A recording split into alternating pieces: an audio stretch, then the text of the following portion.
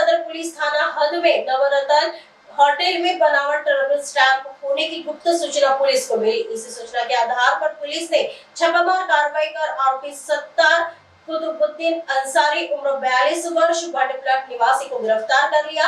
पूछताछ के दौरान आरोपी ने अपना गुनाह कबूल कर लिया, जिसके बाद पुलिस ने आरोपी के खिलाफ विभिन्न धाराओं के तहत मामला दर्ज किया है। आगे की जांच सदर पुलिस कर रही है।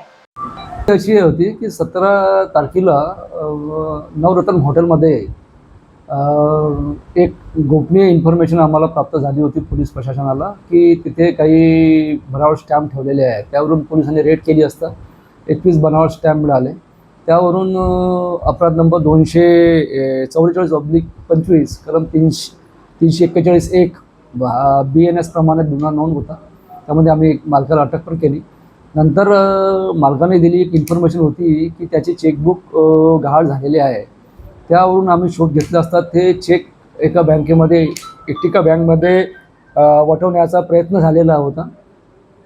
त्यावरून आम्ही CCTV फुटेजची पाहणी केली असता आम्हाला 2 इसम आढळले आणि त्याच्यामधील जो एक इसम होता की त्याने सगळं हे कटकारस्थान केलं, त्याचं नाव होतं सत्तार कुतुबुद्दीन कुरेशी उर्फ त्याला पटेल म्हणतात।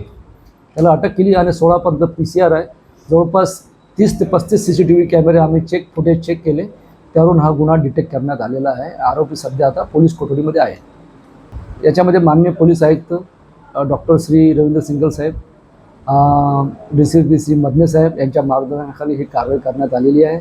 या पथकामध्ये आम्ही स्वतः आणि आमच्यासोबत असलेली team API Jadhav, PSI Santosh Shirdole, SC Pralesh आणि SC सुनील यांनी ही कामगिरी केलेली आहे।